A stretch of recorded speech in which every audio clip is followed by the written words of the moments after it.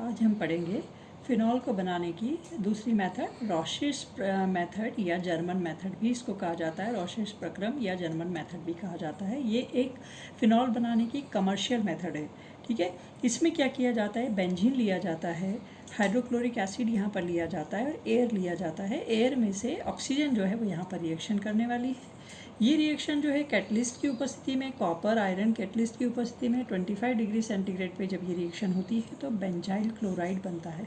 ठीक है, ये बेंजाइल क्लोराइड जो है वो क्या करता है, अगर आप इसका वाटर हाइड्रोलिसिस करेंगे, मतलब वाटर से जब इसकी रिएक्शन करेंगे तो ये क्या होगा, जल अपघटन होगा सिलिकॉन के प्रेजेंस में 500 डिग्री सेंटीग्रेड पे और आपको फिनॉल मिल जाता है। ठीक है, दूसरी मेथड बहुत इंपॉर्टेंट है क्यूमीन से, और ये इसकी न्यू मेथड है। देखिए क्यूमीन क्या है उसको देखिए, उसका स्ट्रक्चर, उसको बनाने के लिए आपको क्या करना पड़ता है। आपने क्या किया है, बेंजीन लिया है और बेंजीन की रिएक्शन आप करवा रहे हो प्रोपीन के साथ। देखिए बेंजीन में जब भी किसी अल्काइल ग्रुप को इंट्रोड्यूस करवाते हैं, जैसे आप अल्काइल हैलाइड रिएक्शन करते हो, टॉल्विन बन जाता है, तो आप क्या कहते हो, फ्रीडल-क्राफ्ट रिएक्शन।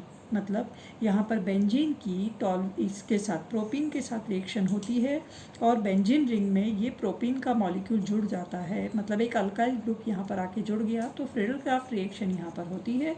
और ये किसके प्रेजेंस में हो रही है, H3PO4 के प्रेजेंस में हो रही है और 250 डिग्री सेंटीग्रेड पे और उच्च दाब पर ये रिएक्शन हो रही है। देखिए फिर से, आपने बेंजीन लिया है, प्रोपीन लिया है, H3PO4 के प्रेजेंस में 250 डिग्री सेंटीग्रेड पे उच्च दाब पर जब ये रिएक्शन करते हैं तो ये वाली रिएक्शन फ्रीडल-क्राफ्ट रिएक्शन कहलाती है। फ्रीडल-क्राफ्ट रिएक्शन के द्वारा यहाँ ये अल्काइल ग्रुप बेंजीन रिंग पर जुड़ जाता है और ये आपके पास इस कंपाउंड को बोला जाता है C6H5CH CH3CH3 क्यूमीन या आइसोप्रोपाइल बेंजीन भी इसको कहा जाता है। अब ये जो क्यूमीन का स्ट्रक्चर यहाँ पर आपके पास बना है, जब आप इसकी रिएक्शन करते हैं किसके साथ, एयर के साथ इसकी जब रिएक्शन करते हैं तो एयर में से ऑक्सीजन इसके साथ रिएक्शन करेगी 95 से 135 डिग्री सेंटीग्रेड पे और क्यूमीन हाइड्रो परऑक्साइड यहाँ पर आपके पास मिल जाता है। एच तो है ही, बीच में 2 ऑक्सीजन और आके जुड़ गए हैं, क्यूमीन हाइड्रो परऑक्साइड यहाँ पर बन गया है। ये cumene hydro peroxide 10% H2SO4 solution या जो है डाइल्यूट H2SO4 के साथ रिएक्शन करने के बाद आपको फिनॉल बना के देता है और साथ में एसीटोन बना के देता है। देखिए अब यहाँ पर क्या हो रहा है, क्यूमीन से क्यूमीन हाइड्रो परऑक्साइड जो बनता है, ये मेथड जो होती है वो मुक्त मूलक क्रियाविधि से होती है और उसके बाद क्यूमीन हाइड्रो परऑक्साइड से QeF का फिनॉल का बनना ये आयनिक क्रियाविधि से होता है। कैसे होता है, देखिए आपने यहाँ पर क्या किया है कि ये है आपके पास क्यूमीन का स्ट्रक्चर। इस क्यूमीन का स्ट्रक्चर से क्यूमीन हाइड्रो परऑक्साइड मुक्त मूलक क्रियाविधि से बनना है, इसलिए ये क्यूमीन जो है वो क्या करेगा, किसी भी मुक्त मूलक से क्रिया करता है। मुक्त मूलक वो होता है जिसपे कि फ्री रेडिकल या मुक्त मूलक जिसपे एक इलेक्ट्रॉन प्रेजेंट है।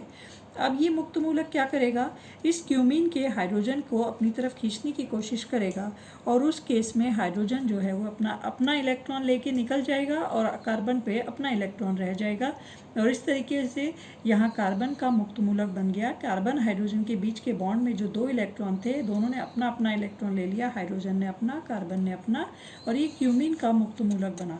अब ये क्यूमीन का मुक्त मूलक जो है वो रिएक्शन करता है ऑक्सीजन से और ऑक्सीजन को साथ में से उसका जो डबल बॉन्ड वाला जो दोनों इलेक्ट्रॉन्स है वो एक ऑक्सीजन की तरफ रहता है, एक उधर रहता है, वो इधर कार्बन से जुड़ेगा और यहाँ पे ये क्यूमीन परऑक्साइड है, इसका मुक्त मूलक बना। अब ये क्यूमीन परऑक्साइड का जो मुक्त मूलक है वो रिएक्शन करता है किसके साथ, फिर एक क्यूमीन के मॉलिक्यूल से रिएक्शन करता है और दूसरे एक क्यूमीन के मॉलिक्यूल से रिएक्शन करने के बाद उसका जो हाइड्रोजन है ना, वो हाइड्रोजन जो है वो यहाँ आके जुड़ जाएगा और वो यहाँ पर एक और क्यूमीन के मॉलिक्यूल का हाइड्रोजन तो यहाँ जुड़ गया, फिर क्यूमीन का मुक्त मूलक बना। अब ये क्यूमीन का मुक्त मूलक बना है, वो उसी तरीके से ऑक्सीजन से रिएक्शन करेगा, क्यूमीन परऑक्साइड बनाएगा, फिर दूसरे क्यूमीन मॉलिक्यूल से रिएक्शन करेगा और क्यूमीन परऑक्साइड बनाता जाएगा। मतलब इस तरह से ये श्रृंखला चलती जाएगी और क्यूमीन परऑक्साइड बनते जाएंगे और मुक्त मूलक ये बनता रहेगा।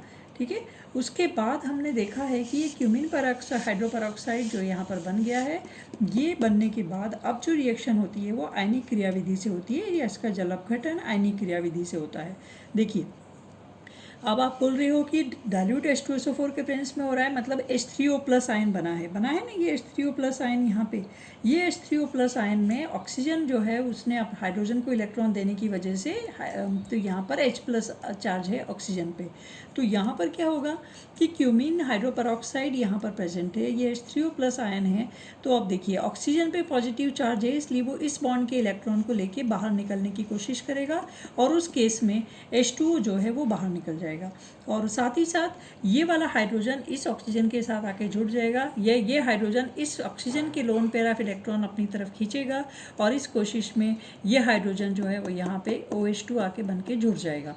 उसके बाद फिर क्या होगा कि अब देखिए ये OH2 तो यहाँ जुड़ा है पर इस पर पॉजिटिव चार्ज है, इसलिए वो इस बॉन्ड के इलेक्ट्रॉन को वापस अपनी तरफ लेने की कोशिश करेगा और इस तरीके से यहाँ पर ये अपना क्या करेगा, ये वाटर मॉलिक्यूल बना के बाहर निकला और जैसे ही इसने वाटर मॉलिक्यूल बना के बाहर निकला, यहाँ पर आपके पास ऑक्सीजन पे क्या हो गया, ये OH2 बाहर निकलने के बाद इस ऑक्सीजन पे पॉजिटिव चार्ज आ गया। इस ऑक्सीजन पे पॉजिटिव चार्ज आ गया तो वो बेंजीन रिंग के डबल बॉन्ड वाले जो इलेक्ट्रॉन्स है, पाई इलेक्ट्रॉन्स है, उनको अपनी तरफ खींचने की कोशिश करेगा और उस कोशिश में ये बेंजीन पूरी इधर शिफ्ट हो जाएगी। जैसे ये बेंजीन इधर शिफ्ट हो गई तो अब आपके पास क्या हुआ, वो जो पॉजिटिव चार्ज जो ऑक्सीजन पे था वो कार्बन की तरफ शिफ्ट हो गया। अब क्योंकि यहाँ से C6H5 निकल के उधर चला गया, इसलिए इस कार्बन पर पॉजिटिव चार्ज आ गया। जैसे ही इस कार्बन पे पॉजिटिव चार्ज आया, ये क्या करेगा, वाटर मॉलिक्यूल है ही एसिड का, उसके जल क्योंकि 10% सॉल्यूशन है इसलिए वाटर मॉलिक्यूल्स वहाँ पर हैं, तो ये वाटर मॉलिक्यूल से रिएक्शन करके और ये कार्बन जो है वो वाटर के जो ऑक्सीजन है वो क्या करेगी, यहाँ जुड़ के अपने इलेक्ट्रॉन जो है इसके साथ बॉन्ड बनाने के लिए दे देगी। अब ऑक्सीजन पे फिर पॉजिटिव चार्ज आ गया।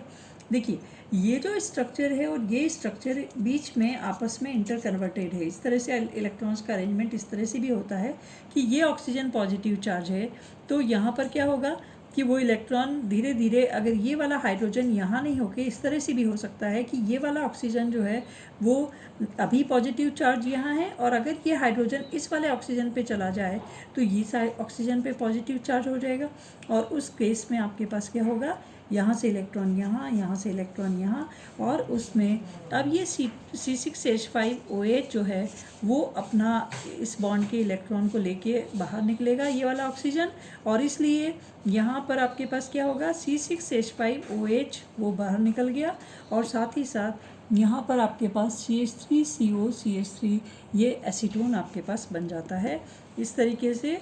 और ये जो हाइड्रोजन है, जब यहाँ पर CH3COCH3 के साथ जो ये हाइड्रोजन है, ये दूसरा वाला वाटर मॉलिक्यूल जो है उसको अपनी तरफ खींचेगा और क्योंकि ये यहाँ से इलेक्ट्रॉन जा चुके हैं, हाइड्रोजन पॉजिटिव चार्ज हो चुका है, ठीक है ना। देखिए इस वाले बॉन्ड को टूटा, इस ऑक्सीजन पॉजिटिव चार्ज था, इसने इलेक्ट्रॉन्स यहाँ से ले लिए तो C6H5OH बन के ये तो बाहर निकल गया।